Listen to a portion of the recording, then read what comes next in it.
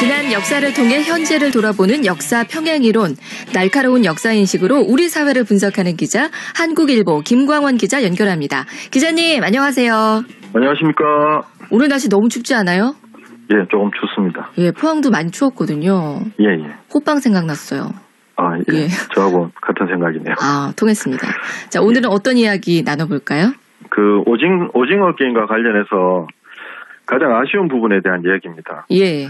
그 제주는 한국인들이 부렸는데 보수 입은 중국인들이 목도는 넷플릭스에서 가져갔다, 이런 이야기가 있죠. 이 얘기가 지금 너무 많죠, 지금 사실은. 예. 네.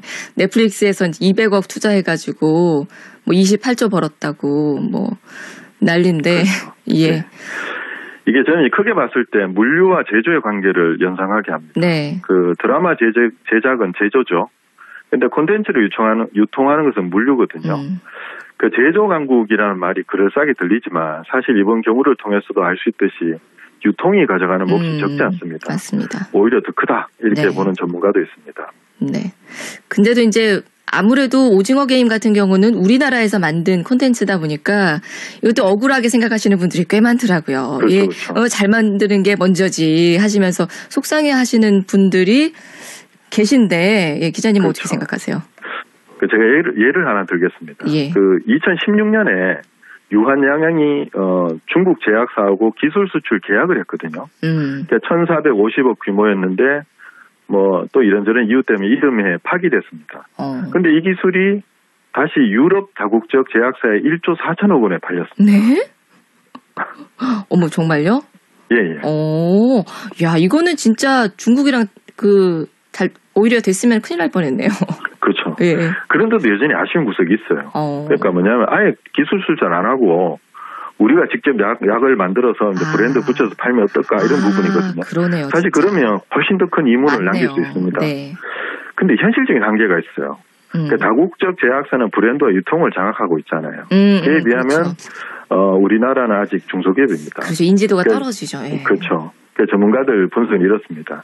외국에서 허가를 받거나 마케팅 능력을 확보하는데 장벽을 느낀 기업들이 기술 수출을 택한다, 이렇게 말합니다. 아쉽죠. 오징어 게임 얘기랑 조금 오버랩 되는 부분이 있습니다. 그러니까 그렇죠. 뭐 사실은 넷플릭스라는 그 플랫폼을 거치지 않았다면 사실 어떻게 됐을지 잘 모르죠, 사실은. 그렇죠. 근데 이제 구축이 힘들죠. 유통망은 무조건 힘듭니다. 그러니까요. 그러니까 중국의 1대1로도 파괴됨이 많잖아요. 네. 그 역사를 보면 물류를 지었던 한자동맹이나 동인도 회사는 심지어 이 상인들인데 군대까지 운영했잖아요. 그러니까 유통을 장악하려면 국력 자체가 강해야 됩니다. 지금도 마찬가지거든요. 그러니까 과거를 보면 아시아는 물건은 비교적 잘 만들었는데 유통에는 좀 무심했습니다. 그러니까 몇 번 말씀드렸지만 유럽에서 아시아로 오려면 희망봉을 넘어야 했죠. 근데 유럽의 배들은 무수히 희망봉을 넘었는데 같은 시기 아시아 배들은 한 척도 이 희망봉을 넘지 않았습니다. 그러니까 아시아에서 생산되는 제품의 양이나 질이 더 나았을 때도 유통은 이제 유럽이 쥐고 있었죠. 네. 근데 사실 뭐 유럽이랑 아시아가 이렇게 차이가 벌어진 계기가 아무래도 산업혁명이라고 이제 많이들 생각을 하는데 그 전에도 차이가 많이 났었군요. 그렇죠. 굳이 순서를 잡으면 유통장악, 산업혁명, 그리고 이제 아시아에 대한 절대적 우위죠. 그러니까 영국의 유통과 관련해서 국부론을 쓴 애덤 스미스가 의미심장한 말을 남겼습니다. 항해법은 역대 영국 정부가 펼친 가장 현명한 정책이었다.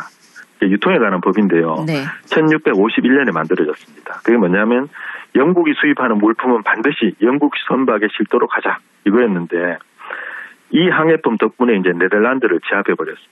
그래서 이제 또 분석이 19세기 영국의 제국주의가 성공하는데 이 항해법이 공헌한 바가 크다, 이렇게 이제 알려져 있습니다. 이야, 그러니까 대영 제국이 만들어지는데 이게 이제 물류혁명이 큰 역할을 했다, 뭐 이런 얘기로 들리네요. 그렇죠. 예. 그게 또 산업혁명까지 이어집니다. 그러니까 산업혁명이 가능했던 이유를 몇 가지 꼽을 수 있습니다. 그러니까 순서가 이래요. 일단 사회적으로 어느 나라보다 왕이 군림하지 않는 국가가 됐잖아요. 혁명으로. 그래서 종교 자유 덕분에 신교도나 유대인들이 대거 들어오고 또 이 사람들이 자본과 기술을 들고 들어옵니다. 그리고 가장 눈길을 끄는 대목은 다음인데 해상 패권을 잡으면서 금원이 대거 유입되었고 물가가 이제 임금이 오르면서 인건비 절감을 위해서 노동 절약형 기계를 생산할 필요가 생겼다. 이 기계 만들기 산업혁명이잖아요. 네. 그러니까 정치적 발전, 인재 확보, 그다음 해상 패권 장악, 그다음에 이제 자본 구축, 산업혁명 이런 순서가 되는 거죠. 예. 뭐 유튜브, 넷플릭스 이런 게 또 이 얘기를 또 듣다 보니까 점점 더 대단하게 보이기는 합니다. 아쉽기도 많이 아쉽고요. 사실은 이제 우리나라에 이런 넷플릭스 같은 게 있었으면은 그 28조가 다 우리 건데, 그죠? 예, 너무 속상하죠. 예. 근데 이제 긍정적으로 생각해야 하는 부분이 있어요. 뭐냐면 오징어 게임을 못 만드는 나라도 있죠. 그렇죠. 예. 중국은 아예 세계적 유통망을 끊고 자신들만의 망을 만들어서 이제 점점 쪼그라들고 있죠. 네. 결과 이제 만드는 게 보면 내수용이 주로 나옵니다. 그리고 일본은 감각 자체가 좀 떨어지고요. 이 또 하나 염두에 둬야 할 건 뭐냐면 오징어 게임이 이제 1년의 성장 과정에서 나온 성과물이라는 점이거든요. 그 어느 외신에서 분석했듯이 한류가 시작된 것은 수십 년 전부터입니다. 올라오는 과정인 거죠. 네. 그래서 앞으로 어떤 힘과 영향력을 가지게 될지 아무도 모릅니다. 맞습니다. 진짜. 예. 아무도 모르죠. 사실은. 내일 어떻게 될지도. 근데 우리가 지금 현재 아쉬워하는 부분들은 또 하나하나 또 메워가야죠. 우리가 이제 알게 그렇죠. 됐으니까. 네. 예. 그리고 또 하나 이제 주목해야 될 부분이 오징어 게임이 촉발시키는 다양한 현상도 이제 간과해서는 안 됩니다. 한국 자체가 세계와 만나고 있잖아요. 네. 또 세계가 한국으로 다가옵니다. 그런 예. 분명히 큽니다. 그 일례로 오징어 게임이 공개된 이후에 갑자기 외국인들이 제주도를 집중적으로 검색했다는 분석이 있습니다. 그러니까 오징어 게임 자체로는 넷플릭스가 가장 큰 수익을 얻지만 파급 효과가 가진 넷플릭스가 다 가져가는 건 아니거든요. 그렇죠. 그럼요. 이건 예. 우리나라 이게 문화가 다 들어있는 거기 때문에. 그렇죠. 예. 한국어 배우는 사람들도 그렇게 많이 늘었다고 하더라고요. 그렇죠. 예.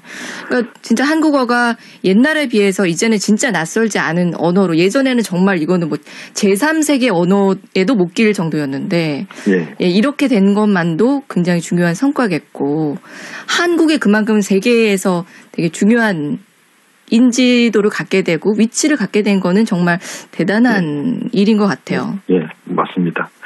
근데 지금까지 이제 물류가 얼마나 중요한지 봤잖아요. 예. 근데 이제 물류의 나라 영국에서 좀 생뚱맞은 말이 나온 적이 있습니다. 토라스 칼라이라는 역사학자가 이렇게 말합니다.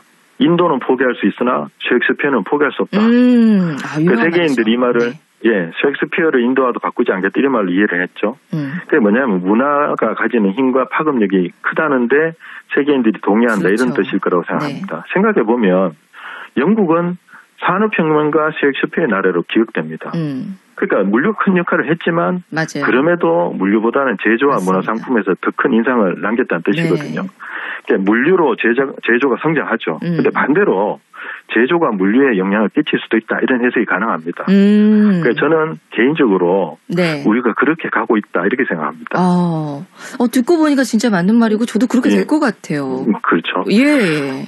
우리가 계속 세계와 교류하고요.